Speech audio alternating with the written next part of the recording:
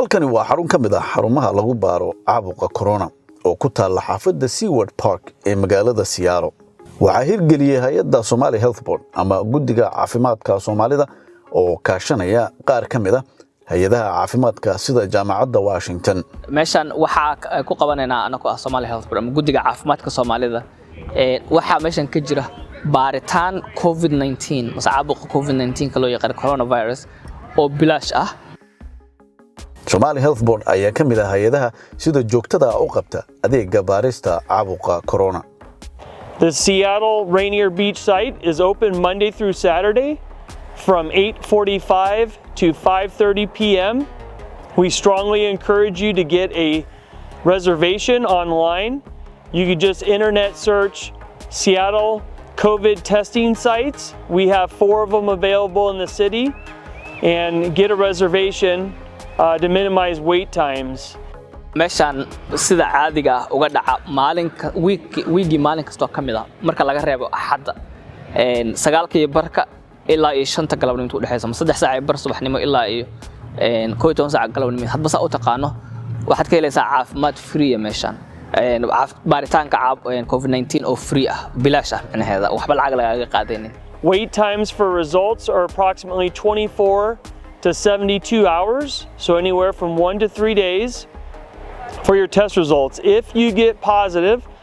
the University of Washington lab will contact you directly so they can initiate contact tracing and let you know that you have the disease. You can also check yourself online for results through the QR code that's provided to you or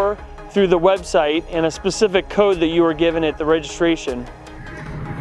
waana si fudud lagu baarayo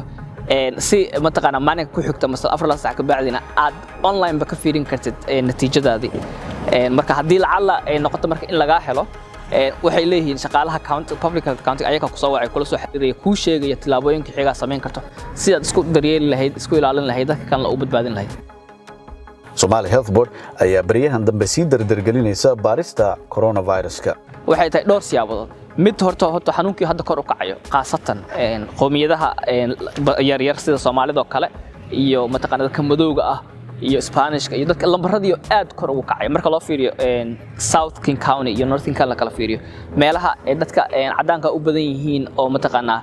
haysta kheyraad badan iyo lacag badan yaalo hore dadka isku baarayeen lambaradooda hoos u dhacayaan laakiin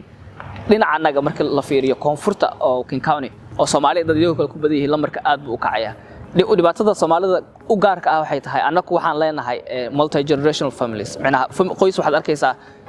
caruurtii ilaa ayay oo guriga ku wada nool yihiin marka taas waxay muhiim u tahay waan ognahay dhalinyaradu badanaa waa shaqeyn gabdhaha wiilashu waa shaqeeyaan banaankayna ka shaqeeyaan marka waxay si muhiim ugu tahay inay si joogto isku baaraan si aysan xanuunka guriga ugu soo celin xanuunka guriga ay joogi karaan dad xanuunka khatar dheeri ayaga u leh oo mataqaanaa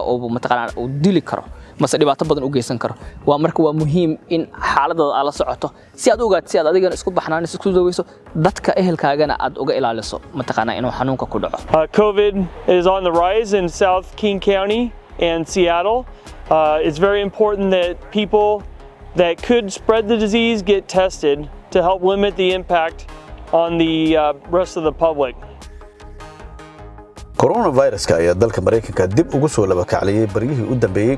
taasina waxay sababtay in tirada kiisaska ay si xawli ah kor ugu kacaan. kiisaska bila horta ma sida ogeyn markii hore waxa dadku baaritaanku aad bay isku baarayeen ugana baqayeen xanuunka bilowgiisii hore baaritaanka tirada badan baa wuxuu keenay July iyo samarkii markii la gaaray inay xogaa lambaradu hoos soo dhacaan hadda waxaad moodaa marka la fiiriyo lambarada kor bay u kacayaan haddana si aad bay wali kor u kacayaan maalinkii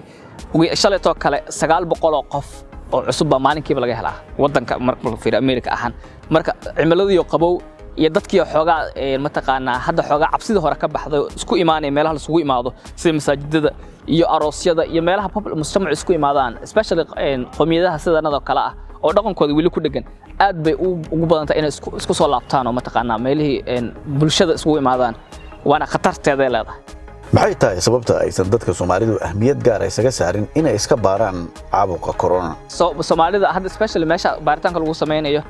oo literally ka soo horjeeda xaafad Soomaali badan degan yihiin Seward mataqaanaa Lake Washington Apartments way yar yihiin Soomaalida badana uma macnaha laguma yaqaano inay ka faa'iideystaan waxyaalaha free bilaashka ah oo waliba aad caafimaadka muhiimka ugu ah marka sababta aan muuqaalkan u sameynayno aan always u sameeyno maalin week ugu yaraan asbuuc kasta aan uga hadalno Somali Health Board page-kanaga waxay tahay dadka in la fahansiiyo muhiimadda ay leedahay baaritaanka especially qoysas khaasatan qoysaska Soomaalida tirada badan dadka kala da'da ay tirada badan guud ku nool yihiin waa muhiim in la isbaaro xaqiiqada marka laga hadlayo aniga hadalka ma qariyo dadka badana waxaan anako sida cadaanka aan uga faa'iideysan karin in meelaha faa'iidooyinka la tagno waxay tahay macnaheedu waan shaqaysanaa dad ka tabar yar baan nahay oo shaqo aan ugu taagan inta badan ma taqaana dana kala aan ugu taagan marka way adag tahay in ma taqaana caafimaadkanaga aan ahmiyadiisa siino maadaama hawlo badan iyo nolol kale ugu taaganta laakiin waxaad moodaa in xogaa mid dhaqankanaga ah xogaa wax kasto la dhayalsanayo haddaba waxaa loogu baaqayaa bulshooyinka Soomaaliyeed ee ku dhaqan degmada King County in ay ka faa'iideystaan adeegan bilaashka ah. Anybody that has an exposure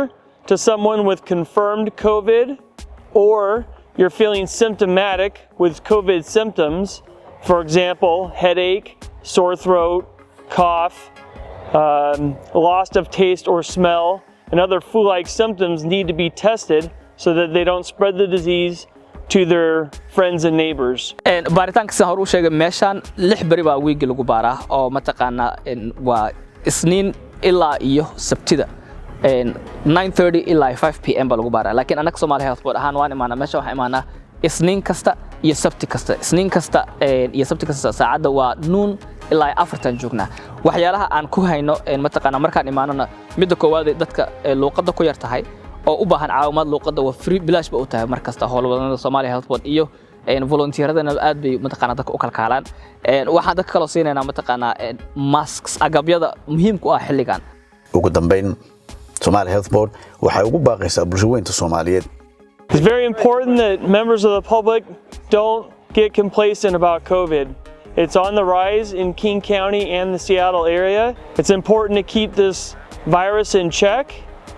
and to not infect your fellow friends, family, and neighbors. Soomaalida waxaan leeyahay fadlan isbaara fadlan waa muhiim caafimaadkanaga waa muhiim